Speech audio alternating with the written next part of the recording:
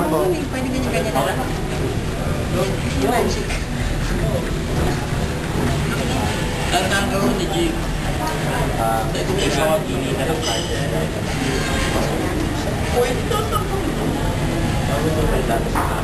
Ha? Okay. Okay na. Certain magicians ay hindi sila allowed sa casino. Pati ako. Blacklist na dyan sa casino kasi you can manipulate cards. Tingnan ko na yung baraka. 5 of clubs. Ngayon yung 5 of clubs, lagyan natin sa dito. Ngayon, tingnan mo po yan, slowly. Watch this move. Kita mo. Makita mo kung mga yung baraka.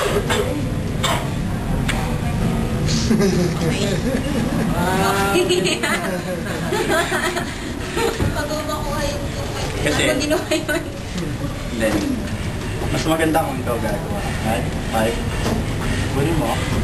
Lagyan mo rin. Ba't tayo? Elevator daw ah. Right? Nalagyan mo siya. Hindi lang bro. Kasi ngayon. Susi lang mo. Okay. Baka may duplicate. Check mo. Baka nga. Ano ko pare-pare? Concentrate lang tayo. Lagyan natin ng palatanda. 5 of clubs. Bukutin natin. 5 of clubs, tama? So, ibig sabihin, kitang-kita mo, nalokot siya. Diba?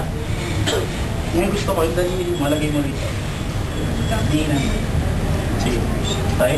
Pag sinabi ko, when I count to 3, bitawan mo, okay? 1, 2, 3. Actually, yun. Okay.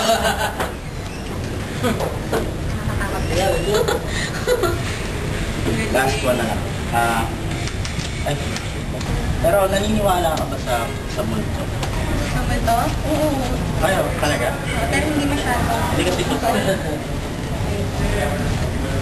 Pero akong party, bigay pa sa akin ng isang magician. Pero patay na siya. Kasi nagmamagic ako since 7 sa Sydney. Kasi ako hindi, doon ako nag-college sa Sydney.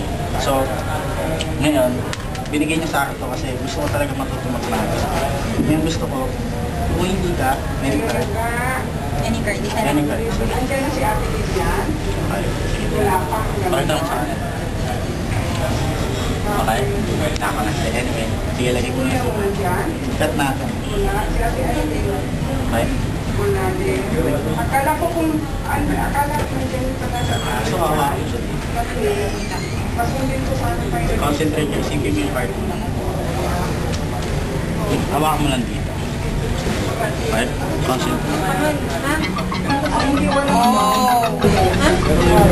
Hindi pa rin tinatutuhan. Hindi yung bait niya. Yung karla. Bakit siya uma?